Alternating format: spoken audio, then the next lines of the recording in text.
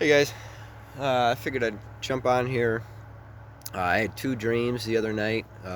I'm still processing, working through what they could mean. I think I'm starting to understand, but I won't give any interpretation. I'll just throw them out there and tell you what I had. So the first dream, um, which when I woke up, skating on thin ice, is what popped in my head. So that's, I guess, what I'll title the dream. Maybe the title of this video. Um, so I was walking out to a lake. It was wintertime. Um, Walking out to a lake, I saw a truck on the ice, and I remember thinking to myself, it's not nearly cold enough for a truck to be out on the ice. There was a family out there, maybe family and a couple friends of the kids, but it was a dad and 6 or 7 kids. They had ice skates on. They were skating on the ice, and there was a big hole in the ice, and they wanted to make it bigger, so they were throwing something like rocks, I believe it was, on the like across the hole to the other side, trying to break it on that side and make it bigger. They threw the rocks. The ice didn't break, but it cracked, and they skated around the hole to the other side where the ice had cracked, maybe to grab the rocks. I don't know, but they skated to the other side. The dad was telling them to get back, get away, and the ice began to crack all the way through, and the ice began to split apart. And I remember seeing the kids kind of carelessly, having fun, ho hum, not ho hum, but having fun carelessly, kind of skating and jumping from piece of ice to piece of ice as they separated in the water. Some of the kids started to fall in, but then swam to the ice and got out. I looked back to the right behind me, and there is two kids that fell in the water. Um, they were both struggling to swim, and one of the kids made it to the ice, the solid ice, and pulled himself out, but the other kid began to sink, and he went under, and I dove in to get him. And I remember thinking to myself, it'll be better if I just float to the bottom.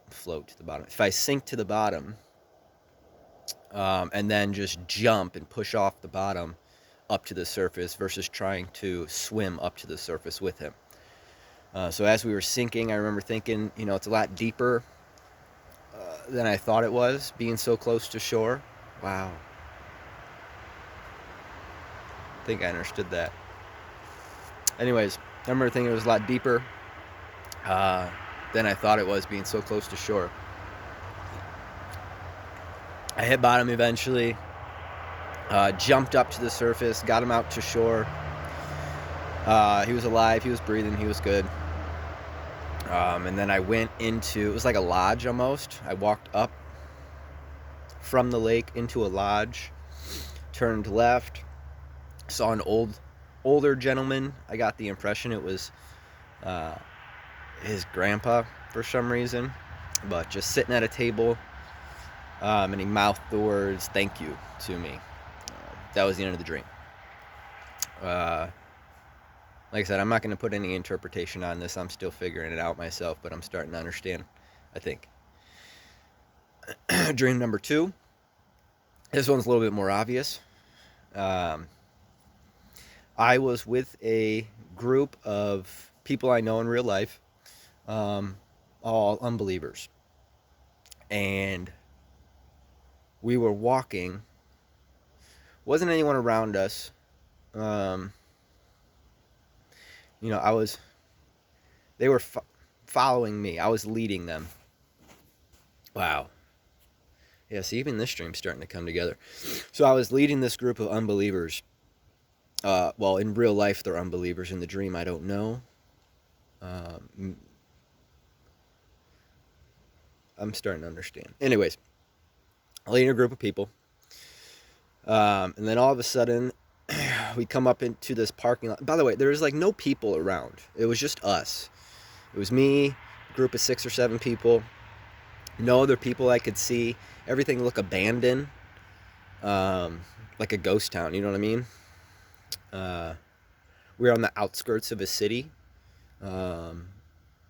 walking into a parking lot of a convenience store. That's about all I got. So this beast monster appeared, and I don't remember if he was just there. I just saw him all of a sudden. Like I turned right, and there he was. He was like a mix between like the Hulk and a bull, if that makes sense. He was like red and gray, big horns, 16, 17, 18 foot tall, like he was big like the Hulk. And he had horns and a face like a bull. Anyways, and I stepped forward to him with everyone else behind me. We're face to face, and he winds up, like takes his fist back, and winds up like he's gonna hit me. And I remember thinking, no, I didn't really think anything. Anyways, I closed my eyes and I squinted, like I still had a bit of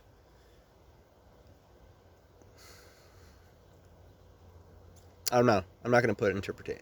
I closed my eyes, squinted, and I was praying to God that he would make me as hard as an unbreakable rock. And then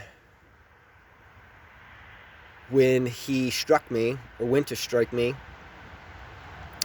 I didn't see it at first. Like I'm outside of myself, looking at myself, if that makes sense, in the dream. And he struck me, and you couldn't see it, but when he hit it, you could see it. It was like an invisible force field around me. And when he struck that, he was struck dead, and he fell over, and he was dead. And then after that, I gave many praises to God. I was praying, and praising God over and over again for several minutes, and that's how the dream ended.